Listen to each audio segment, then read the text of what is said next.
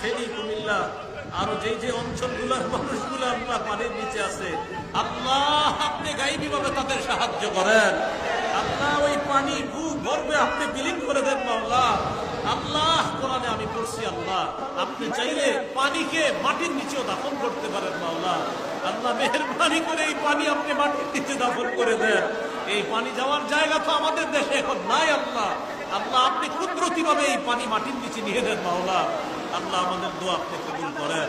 আল্লাহ কতগুলা মানুষ এই বৃষ্টির নিচে আপনার কাছে দোয়া করতেছে মাওলা। আল্লাহ আমাদের ওই বিপদগ্রস্ত ভাই বোনদেরকে হেফাজত করেন। আল্লাহ তাদেরকে হেফাজত করেন। আল্লাহ তাদেরকে হেফাজত করেন। আল্লাহ তাদেরকে হেফাজত করেন।